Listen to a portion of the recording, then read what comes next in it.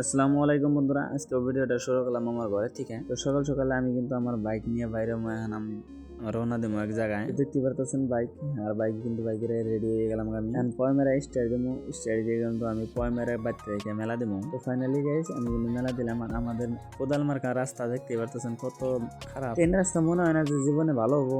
দেখতে দেখতে 20-25 বছর ধরে একই রাস্তা দেখতেছি, অল্প বৃষ্টি আর আগেই কিন্তু আমরা বাইক সাইক নিয়ে হারি না।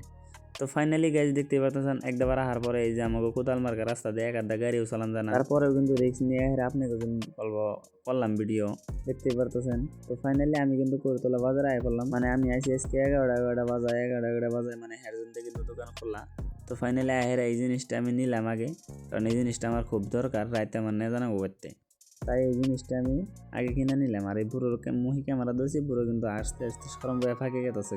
তো যাই হোক, সরম পাইতেছে যারও ভাই নাকি সরম ভাই আমার হাতে কিন্তু কমেডি ভিডিও করছে, ভালো একটা আর কি। তো যাই হোক, আমি এখন এটা নিলাম, নিয়ে হেরা আর কি আমরা। তো ফাইনালি অনেকক্ষণ আসার পরে কিন্তু দিয়ে যে আমাকে বোন কি একটা বাজারে গেছে, মুহি ক্যামেরা দিয়েছি দিকে ও অবাক, মানে জুত করে রয়েছে, কিছু কই যাচ্ছে না। পরে বললাম যে কি খাবার খাও, নপরে যাই হেরা আর দোকানে নিয়ে গেলাম।